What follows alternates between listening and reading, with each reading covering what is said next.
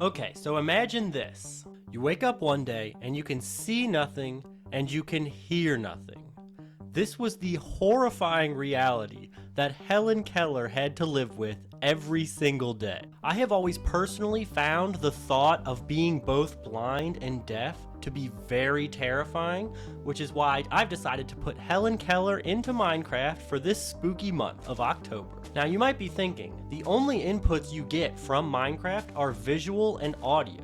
So if you're blind and deaf, you obviously can't do anything, right? Well, Helen Keller actually possessed quite a few skills that would help her navigate her way through the blocky world. I think Helen Keller would have no problem distinguishing between items in her inventory. So I will still have the ability to see my inventory, even though Helen Keller technically can't see, and this is just a crude translation of her ability to feel. Now, of course, I'll be able to see and hear nothing in the overworld. For example, this is what it looks like to get attacked by zombies. And I'll be having a second account spectate me and follow me around just to make the video a little more understandable at certain points so you're not just looking at nothing. Here's the same clip from the different perspective. A few other abilities that Helen Keller will have. One is she will be able to sense when lava is nearby. She will obviously be able to feel the heat coming off of it. So when lava is nearby, she'll get the status effect seen on the screen here to indicate such. Additionally, it is said that Helen Keller could distinguish people based on the vibrations of their footsteps. And similarly, in Minecraft, she will be able to tell when a mob is nearby and what type of mob it is based on vibration. A status effect will appear with the nearby mob. And finally, when Helen Keller is in the overworld, she will be able to tell if it is day or night. It is said that she could do this in real life with her sense of smell. And there are other mechanics as part of being Helen Keller, but they're self-explanatory. So with that, let's get into it. Or, as Helen Keller would say, spawning into the world for the first time, I had the very bizarre experience of existing in an empty and silent Minecraft world. Even the extremely simple task of walking up to a tree to get wood was more complicated by being Helen Keller. I had to feel the blocks around me and deduce where the tree was going to be. But pretty soon I figured it out, and my initial plan for dealing with being blind and deaf was to dig down and infinitely dig in a straight line until I was able to get iron and a good amount of resources for then trying to wander around and find a pool of lava that I could turn into a nether portal with a bucket. And at this point, unless I randomly stumbled into a village or a sheep and was able to make a bed, I was not going to be able to store any of my items because I wouldn't be able to find them. So I had to just keep everything in my inventory and mine for a long time. And this process had to be repeated every time I died, as there was no way for Helen Keller to recover her stuff. And there were a couple problems with this strategy. One being caves. As you can see, I just fell a considerable distance. Here's the same clip from the spectator account. And don't ask me why I wasn't crouching the whole time. I did learn this pretty quickly, but you know, I'm a troglodyte, so I didn't start off crouching, and this resulted in a couple of cliff deaths.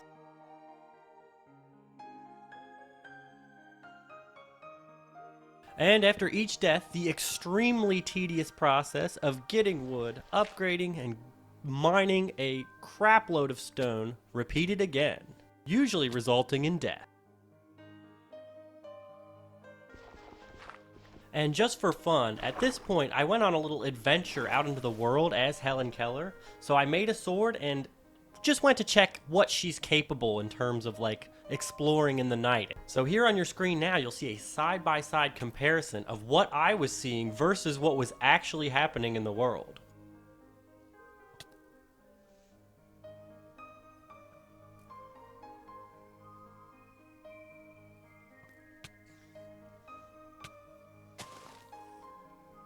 And you can see there the skeleton hit the spider with an arrow and they started fighting each other. In game, this confused me a lot because I was getting hit and then suddenly I wasn't getting hit and I had no idea why. But shortly after, a zombie swooped in and got the kill, and I was only able to hit him once. That little adventure proved to me that Helen Keller needed to stay in a safe hidey hole during the night.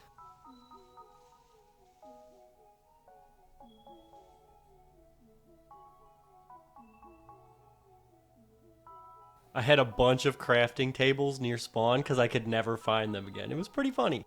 And after each death, it was time to do the same song and dance of gathering wood and mining a million stone until I was able to find iron, which I was this time. And I actually got insanely lucky with iron this time, so much so as I was able to even make a chest plate and a bucket, so I had some extra defenses this time. But that luck did not last very long, as I almost immediately died by falling into a ravine. And as with each other death, this meant repeating the same extremely tedious cycle of mining for like 3 or 4 in-game days until I had enough iron to make a meaningful attempt at trying to find a lava pool to create a nether portal. Oh, and if you're wondering how I got food, there was one reasonable way for Helen Keller to get food, and it was by mining the leaves of oak trees. This is only a 2% chance, but it was by far the most reliable way to get food when you were mining for 4 to 5 days straight.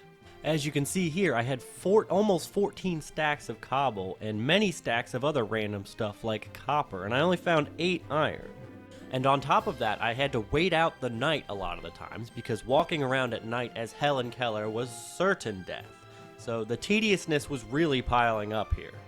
And on top of all that tediousness, once I had a bucket and it was time to go find a lava pool, I had to just walk infinitely in one direction until I happened to feel the heat from the lava nearby. Now that I'm editing this, I can confidently say that this is the most tedious challenge run I have ever done, bar none. Never let anyone say I didn't suffer for my art. It'll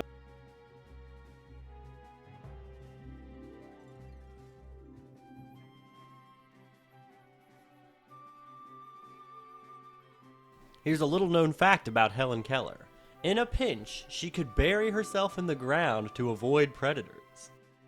But seriously, I had to wait out every single night. After what felt like an eternity, I finally found some lava while having a bucket. And so I got to work on making the portal. And as you're about to see, I think I was a little hasty when making this portal. I didn't think things entirely through.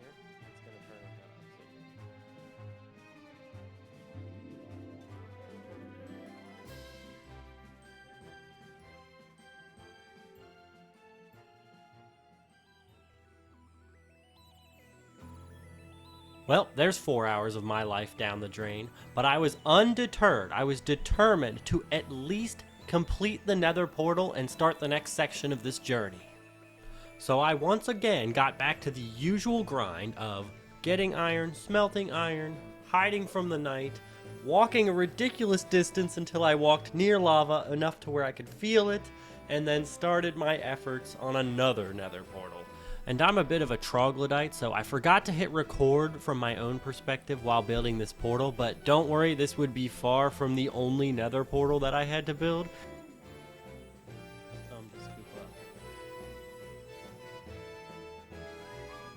And one thing to note here is that I was often having to feel my way around to make sure I was in fact standing where I expected to be standing relative to where I wanted to build the portal. It's actually surprisingly difficult to keep track of where things are when you can't see anything.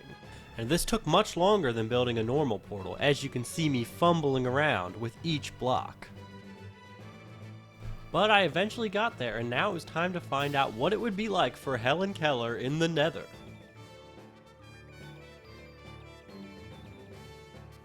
Yeah, I got the worst possible spawn and died immediately. Yeah, it's tough being Helen Keller. After 6 more hours of grinding that I won't show because this video is getting long with not a lot happening, I got to another lava pool with 2 buckets ready to make another portal. And thankfully I was recording on both computers this time, so you can actually see what it was like to try to build another portal as Helen Keller. And as you can see here, I had to actually touch the blocks to figure out where I had built on the portal so far. And I had to do this after every single block. But soon enough, I had the portal lit and it was time to make attempt 2 at the Nether. And I died almost instantly again. And look how close the 2 portals that I made were together. Of course, I had no way of knowing this because I was blind. But a few hours later, I was ready to give it yet another attempt and maybe get a better spawn in the Nether this time. And nope, I think this Nether is actually just trolling Helen Keller by being literally all basalt. I was really starting to get frustrated at this point. Take a listen. Be in a tree. Why? It's just all trees. I can't believe it. This is gonna give me a panic attack. I was feeling very frustrated with the run at this point, so instead of doing my usual 6-hour grind to get buckets, I decided to just wander around. And that did not go well for me. And here's some more lovely Helen Keller combat with both perspectives.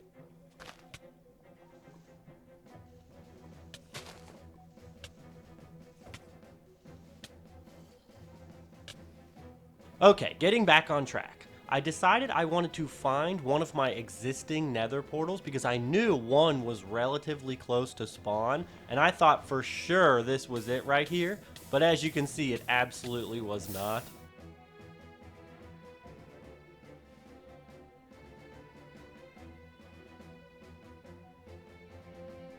And this time I actually managed to not die instantly by building a path out of cobblestone. Now, unfortunately, my sidekick Spectator Soggy B was a little behind at this point, but she caught up and you can see the massive path that I built out of cobblestone.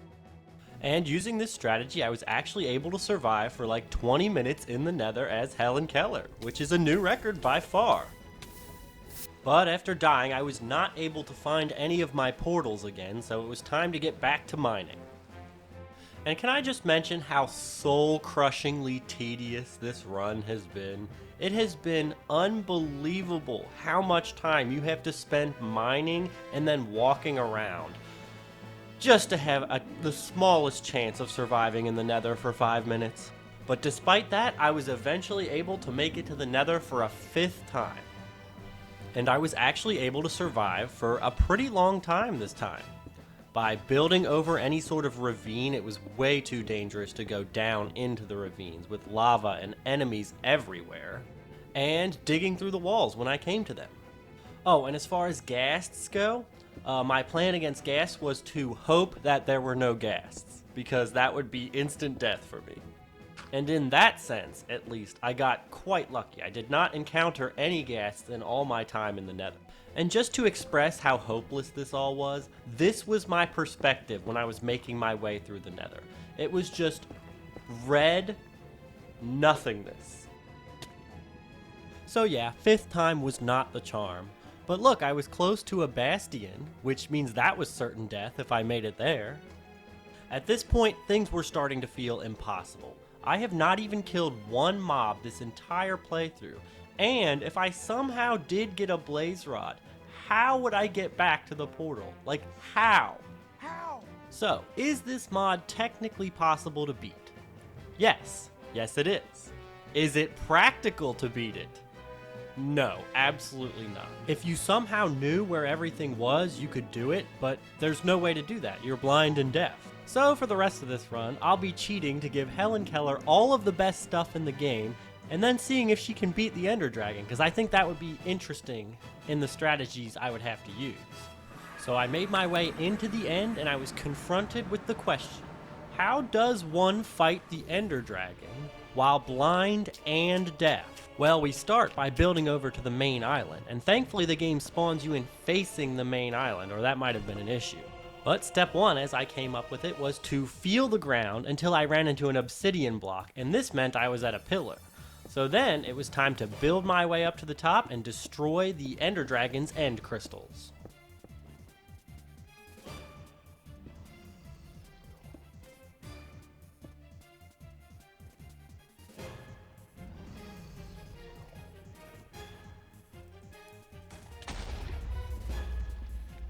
And destroying the first pillar was actually surprisingly easy. The only problem is there's like 10 of them.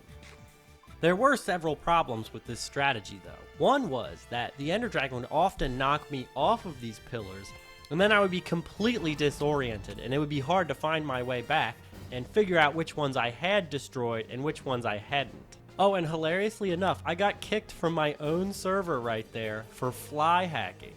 But I died anyway, so it didn't ultimately matter. But yeah, the first part of this fight was Helen Keller slowly walking around while feeling the ground in the hopes of finding one of these obsidian pillars that I had not destroyed the crystal on yet. So yeah, like the rest of this run, it was extremely tedious. Oh, and whenever the Ender Dragon shot her magic at me, it was always really disorienting. It was very difficult to tell sometimes if I had aggroed an Enderman or if the magic was upon me. And it would sometimes make me lose which direction I was facing, so I would be completely disoriented with no way of knowing where the pillar that I was just next to was. But bit by bit, I was able to feel my way around and eliminate the crystals one by one.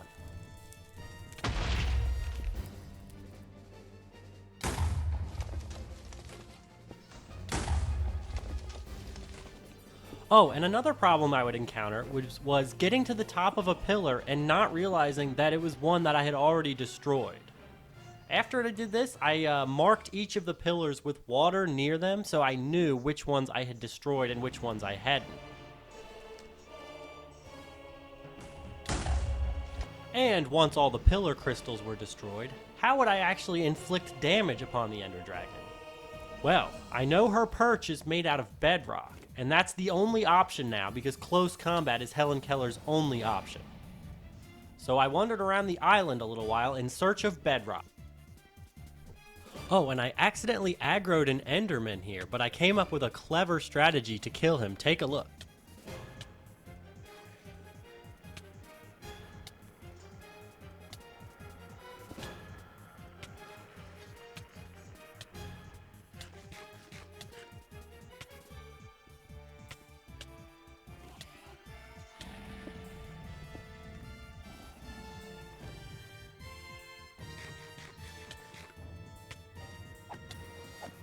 That was the first mob I have killed the entire playthrough. But after that, I was eventually able to find the bedrock, which meant I could attack the Ender Dragon whenever she perched. And Helen Keller can sense when the Ender Dragon is nearby based on vibrations with the status effect you see on screen. The biggest problem with this section, though, was that the Ender Dragon would knock me away and I would be completely disoriented. I would have to feel my way around the entire island again in order to find the bedrock. But as you can see, if I got into a good position, I could do a lot of damage to her in one perch.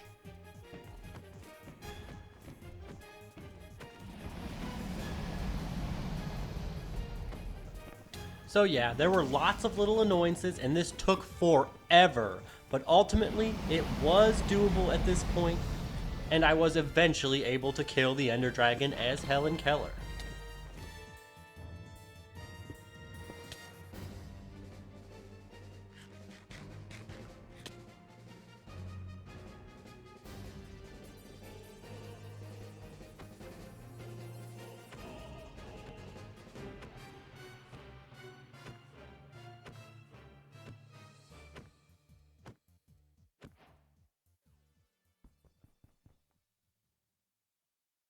And so there you have it, folks.